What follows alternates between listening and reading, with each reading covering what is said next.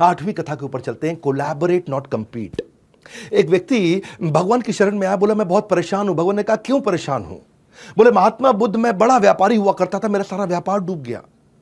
बोले क्या हुआ?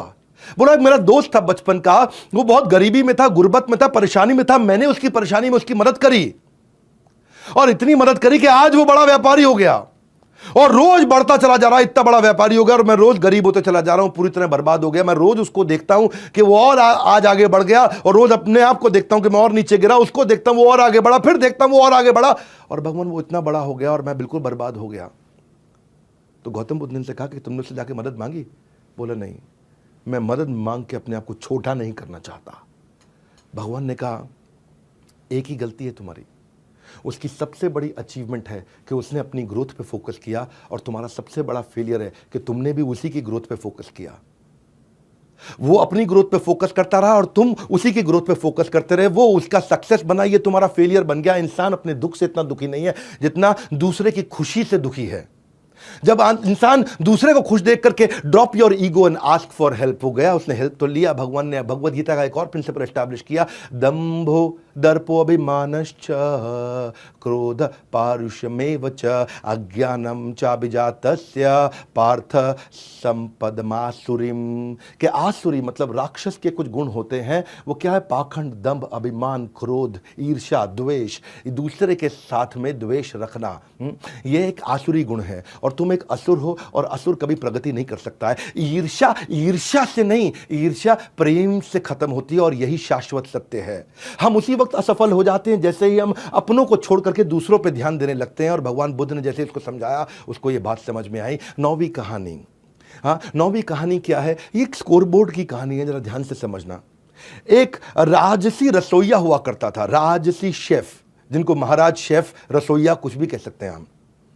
वो रोता हुआ भगवान बुद्ध के पास गया, बोला भगवान बुद्ध मैं इतना काम करता हूं, इतना कटिंग, चॉपिंग, कुकिंग, इतनी मेहनत करता हूं, इतना इनोवेटिव डिशेस बनाता हूं, लेकिन हमेशा अननोटिस चला जाता है। कोई मुझे नोटिस नहीं करता, कोई मेरे किए हुए काम पे ध्यान नहीं देता, मुझे उसका कभी कोई क्रेडिट नहीं मिलता। तो भगवान बुद्ध उसको देख के मुस्कुराए और बोले एक बात बताओ कि इस पूरे के पूरे राजमहल का जो सबसे बड़ा द्वार है, मेन द्वार, वो कितना दूर है? वहां तक पहुंचने में कितना देर लगता है? रसोइये ने कहा कि भगवान वहां पहुंचने में 2 घंटा लगता है। अगर मैं वहां होकर के आऊं, वापस आऊं तो 2 घंटा लग जाएगा। भगवान ने कहा कोई बात नहीं, जाओ पर जल्दी से जल्दी लौट के आना, बस उस दरवाजे को छू के आना। वो रसोइया भागा भगवान के आदेश पे और वापस आया, 1 ही घंटे में वापस आ गया। तो सारे देख के हैरान, बोला था दरवाजे को छू के आना, 2 घंटे का काम 1 घंटे में लौट के आ गया, झूठा आदमी। लेकिन उसने कहा नहीं भगवान, मैं दरवाजे को छू के आया। बोले कैसे छुआ?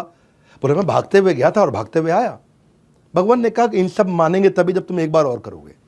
वो एक बार और गया, भागा और वापस छू के 1 घंटे में आ गया। लोग अभी भी नहीं माने, ये गया ही नहीं होगा, छुआ ही नहीं होगा। तो भगवान ने कहा फिर क्या किया जाए? उसने कहा कि भगवान एक काम करते हैं, अपने ही किसी एक शिष्य को बोलो कि वो उस द्वार पर खड़ा हो जाए, वो वहां जाकर के चेक करे कि मैंने उस द्वार को छुआ कि नहीं छुआ। भगवान ने कहा हाँ, मुस्कुराए, बोले ठीक है। वो जाके द्वार पर खड़ा हुआ, इस बार वो भागते हुए गया और फिर द्वार को छुआ और फिर लौट के 1 घंटे में आ गया। और सबने कंफर्म भी कर दिया कि हाँ ये तो द्वार तक आया था और 1 ही घंटे में लौट के आ गया। तो शिष्यों ने पूछा भगवान ये सारा क्यों किया आपने? बोला बस मैं यही बताना चाहता था कि जब काम कर रहे हो ना, तो ऐसे काम करो कि आइसोलेशन में ना हो, कंट्रीब्यूशन में हो और कोलैबोरेशन में हो, ताकि लोग आपको देख करके रिकॉग्निशन दे सकें। बोला क्या अर्थ हुआ? बोला काम ऐसे मत करो कि किसी को दिखाई ना पड़े, काम ऐसे करो कि जैसे वहां पे आप दरवाजे को छू करके आए और किसी ने देख लिया, ताकि तुम्हारे को उसका रिकॉग्निशन मिल सके। इसको बोलते हैं रिपोर्टिंग द स्टेक होल्डर्स। एक विजिबल स्कोर बोर्ड, आज की मैनेजमेंट की पढ़ाई में इसको कहते हैं visibility and accountability. Visible score board business में भी, काम के अंदर भी, ऑफिस के अंदर भी ऐसा ही करना चाहिए। और भगवद गीता के एक और प्रिंसिपल को एस्टैब्लिश किया, जहां भगवान कृष्ण ने अपना विराट रूप दिखाया। अर्जुन को भी दिखाना पड़ा, तो अपने काम को दिखाना पड़ता है। हाँ क्या बोले संजय 11वें अध्याय के 9वें श्लोक में? बोले एवं उक्त्वा ततो राजन महायोगेश्वर हरि दृश्यम आशा पार्थस्य। पार्थ को अपना पूरा दृश्य दिखाया, परमम रूपम ऐश्वर्यम, अपना परम रूप ऐश्वर्य भगवान ने दिखाया। तो भगवान बुद्ध ने बोला कि कभी कभी अपना ऐश्वर्य दिखाना पड़ता है। और भगवद गीता में अगर कृष्ण ने अपना ऐश्वर्य दिखाया तो तुम तो रसोइये हो, तुमको क्यों जरूरत नहीं पड़ेगी अपना ऐश्वर्य दिखाने के लिए? इतने सुंदर लेसन। 8वीं कथा के ऊपर चलते हैं, कोलैबोरेट नॉट कंपीट। एक